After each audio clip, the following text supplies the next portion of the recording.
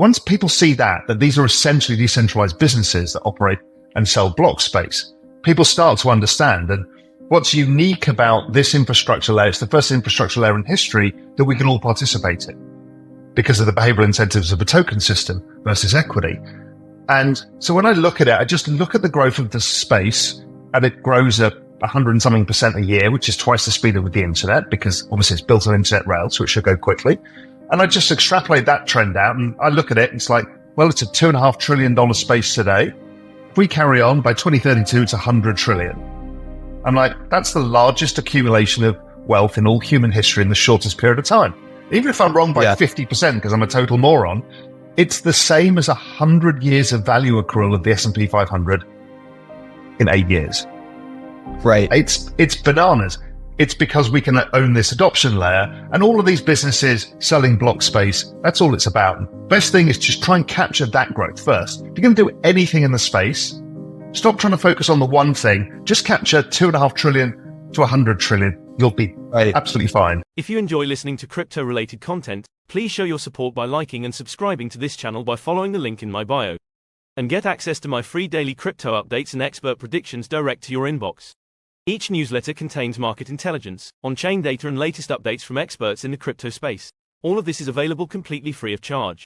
Signing up only takes a moment, and you can always change your mind later on. The pace at which the cryptocurrency market is expanding is unlike anything we've seen before with any asset class.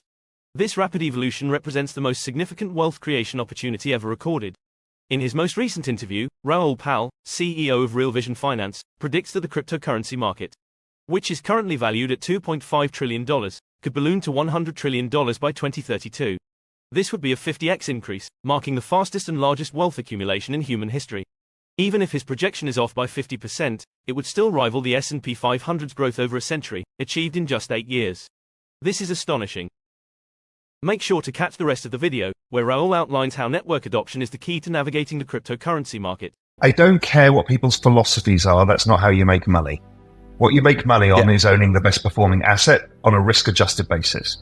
So what I tend to find is that the mid to upper part of the curve, which is networks gaining adoption, do best. ETH last cycle, Solana this cycle, and whoever it's going to be this cycle, whether it's Sui or whether it's Near or whatever it is, I don't know. We will see that, right?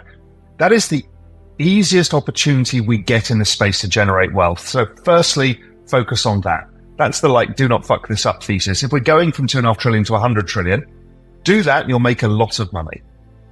Yeah. And so then I just filter out as many people as possible. I really only get signal from a few people that I'll ever listen to. If you tweet something, I'll always read what you tweet because I think you'll have a high signal to noise ratio. Most people are high noise to signal ratio. And so I'll observe it for sentiment and any nuggets, but I try and filter out as much as possible and just stick with, unless something shows that network adoption is slowing, I'm right. So just capture that.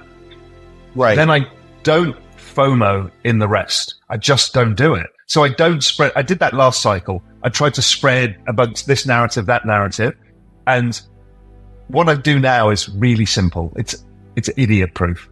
I just put the chart against Solana. If something looks like it's a sustained trend against Solana, I'll allocate some capital to it. And again, only about 10% of my portfolio will I do in that kind of stuff, but you can make a lot of money in those. And so, that's what got me into WIF and Bonk because they were outperforming Solana. So I'm like, okay, I can do that. And now, if anybody shills me something, I just say, well, show me the chart outperforming Solana and I'll take a look. Right. That discipline makes it ultra easy for me because I think because of this everything code liquidity cycle, everything is correlated, every asset in the world, which makes it and it's all driven by the same debt refi cycle, which makes it, I think, the easiest macro risk-taking environment of all time. Because the central banks have also taken the left tail out by saying we can't let collateral fall too far, so we will debase currency. Holy shit, if this is the case, then we have the simplest, easiest risk-taking opportunity of all time. So hyper-concentrate, I think, is the way. Now, there are people who can do the tail part, hyper-concentrate and get it right. But the probability is lower, and then you break the first rule, which is don't fuck this up. Thanks for watching. Please don't forget to like and subscribe to this channel.